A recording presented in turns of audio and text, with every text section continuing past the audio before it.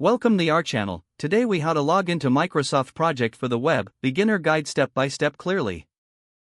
To log into Microsoft Project for the web, first, open your preferred web browser. In the address bar, type in the URL for Microsoft Project. Press enter to load the page.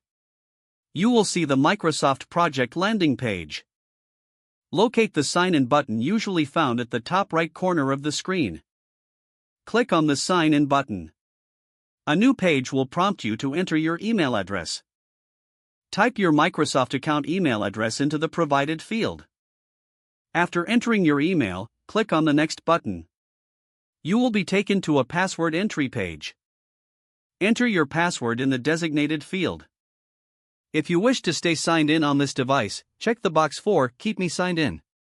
Once you have entered your password, click the Sign In button. If you have entered your credentials correctly, you will be directed to the Microsoft Project interface.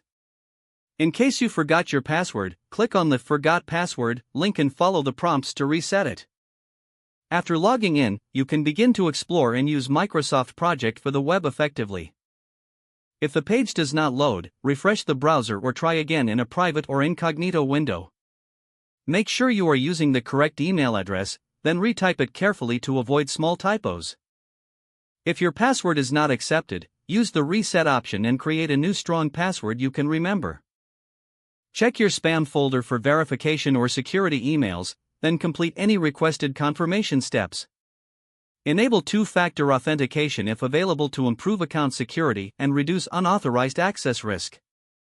After signing in, review your profile details so your contact information and settings are accurate and current.